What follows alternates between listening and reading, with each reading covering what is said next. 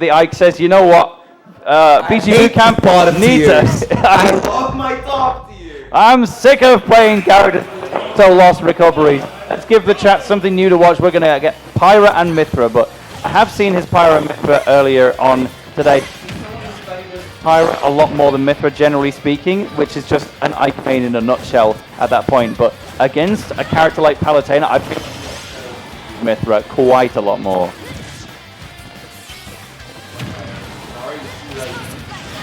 Charlie. What's his name again? Benja. This character, I think I've seen him playing Ice, so switching to Pyra and Mythra definitely a big choice. Yeah, it's like usually when you see Pyra and Mythra played at a top level, really they're playing Mythra and Pyra. But this guy, he specifically plays Pyra and Mythra, and he's about to show us why. Can you get off the ledge past the pallet? Yes, you absolutely can with that blazing end. No follow-up because the sword didn't make it back in time, but absolutely threatening the stage control as we just get that tiny bit closer, but Explosive Flame will take the first stock. So Charlie in a good position. Oh, says, hang on, this is an elimination match. I can't be affording to drop even a single game here.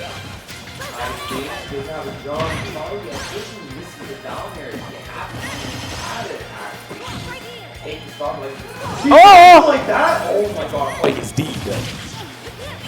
But the game must continue, so Charlie still looking good in terms of percent, but if you give Pyra an inch, she can take it a mile. For now, Mythra is hanging on, and usually, you know, top players when they're fighting against Mythra, they would rather be against Pyra. They'd rather have those few opportunities that she'll afford, but I feel like in this particular matchup, Charlie's quite happy to be dealing with the Mythra, knowing exactly when the Pyra is going to be on the trigger. Blazing End all the way back down, or Prominence Revolt all the way back down, I should say. Grabbing the ledge. And now, Charlie, you've got to get out of this one.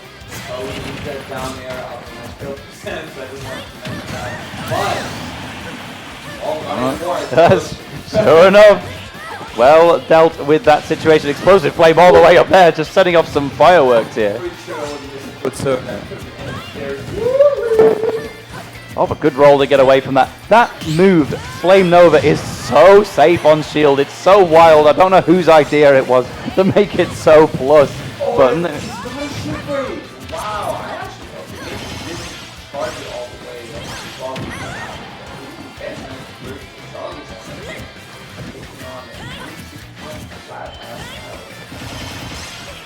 here we go. So pushing a little bit further back. Again, up tilt there. We will switch back to Mythra to again deal with Palutena's oppressive, invincible moves. We'll find a way through. We could have another comeback. We've had so many today already.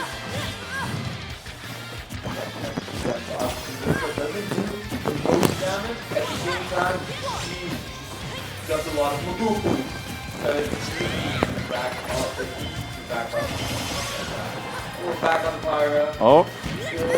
We'll jump with his Totally, but he's saying, you can keep hitting me, you can keep comboing me, but when I hit you, I hit you! And wow, the up smash could have secured that one, but a great roll away on the platform to get out of danger. It's super even once again, though. Run back F tilt. This is Benja in the lead for the first time, and an auto comes out. It wasn't a miss input, he wanted to use the move like it was going to have.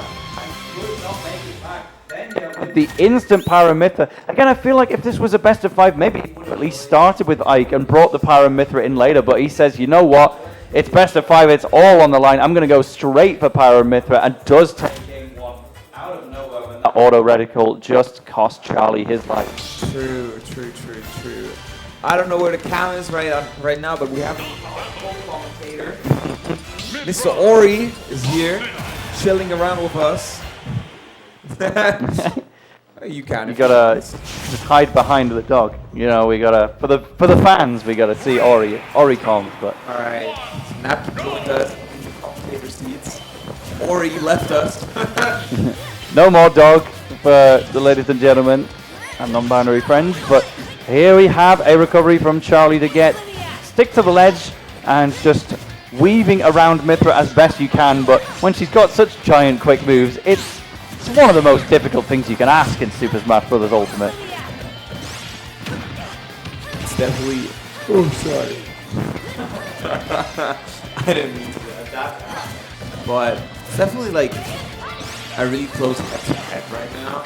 We're just blowing each other away, but like only small hits. They're just feeling each other out still. It feels like game 1 to me, but at the same time, way more even than game 1. Yeah, but a great recovery. Just use Mythra's greater airspeed to make it to that left-hand side platform. Pyra wouldn't have been able to drift that far by herself, but the shield is looking mighty small. Both players using their specials like a lot, right? They feel very comfortable using their Palutena using its type B, and then you can see Pyra using its type B as well. Oh no! Goes too far to the left with Prominence Revolt, so doesn't get the follow-up hit, and as a result, Charlie's able to get a back throw and just send him away. Don't tell me we're going to get another game 3. He's tired of you guys.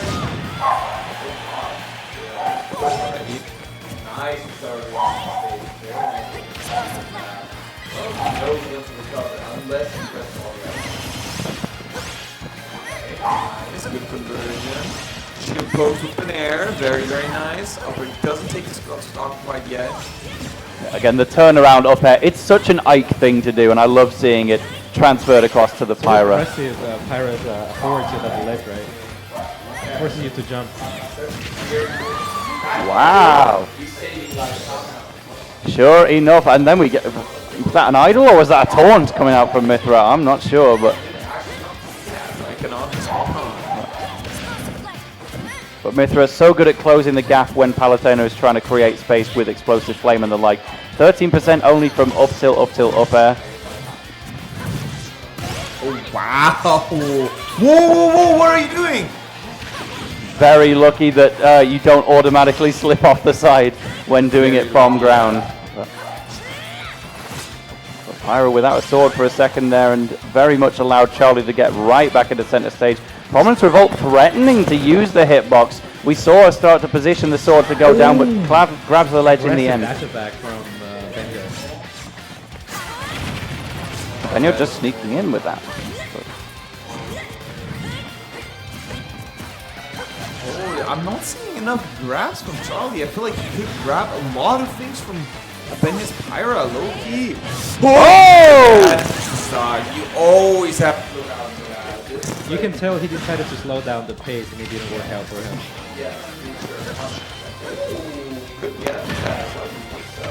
Oh wow! Nice call out on the air dodge. Yeah, the way Charlie dashed up, it made it. He was made it. And then did the down tilt and caught it out. So again, if Benja were to take this stock, then he would just eliminate Charlie on the spot, and that is totally possible right now. Charlie, it feels like this game has largely been under his control, but the Flame Nova was so influential in changing the pace. Benja is in the lead right now.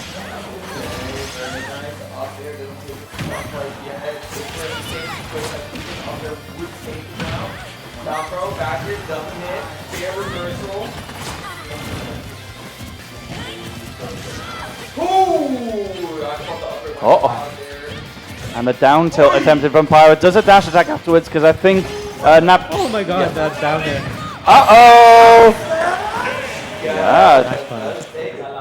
Sure enough, we get a game 3 yet again. I wouldn't have it any other way. I do really respect the down smash, though, because Prominence Revolt, the Pyra, she does have quite how far she can go before plummeting, so if you committed to something like an F smash, you might have just missed if she crossed you up. So the down smash, even though it's that little bit weaker and we didn't quite know if...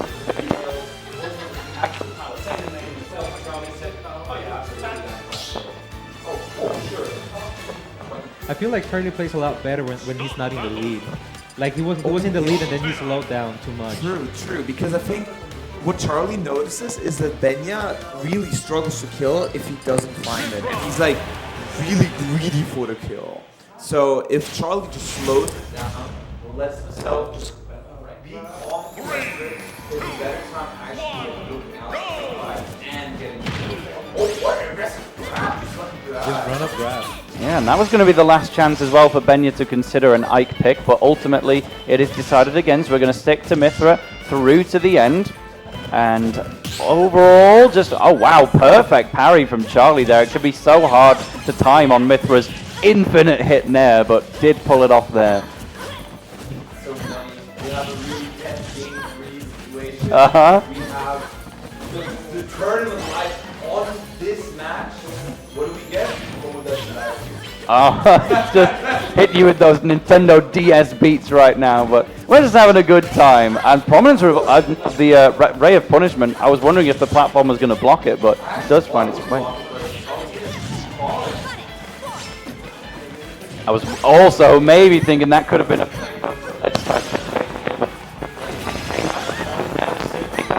And broke it through, the air dodge used. Charlie goes for a good land, empty into the nair.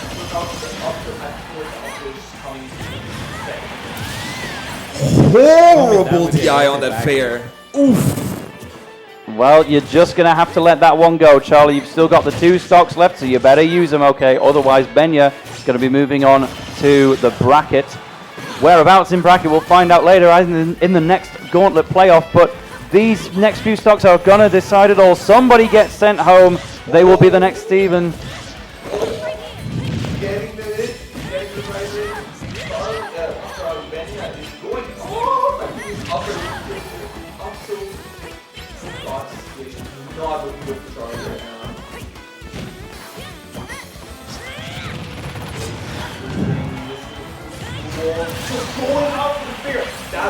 Ike fair to me. Yeah, exactly what I was thinking. And now Mythra is extending the lead even further. Charlie, are we running out of ideas perhaps? This is your tournament stock on the line here. It's a big ask, but a back throw will at least get things started. Neutral air? No, it misses. Nice attempt though.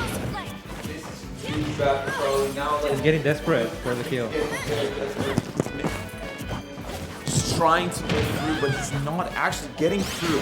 Benair, the last hit still connecting. Okay, we still have a big situation because we know Pyra Mythra. The one weakness we know is getting gims. And what can always happen? Getting gims. Yeah, and if necessary, Palutena can attempt to counter the side B as well, but generally will be wanting to get right up there and down air. Alluded to it in game 1 with the attempt. We could always see it completing every grab.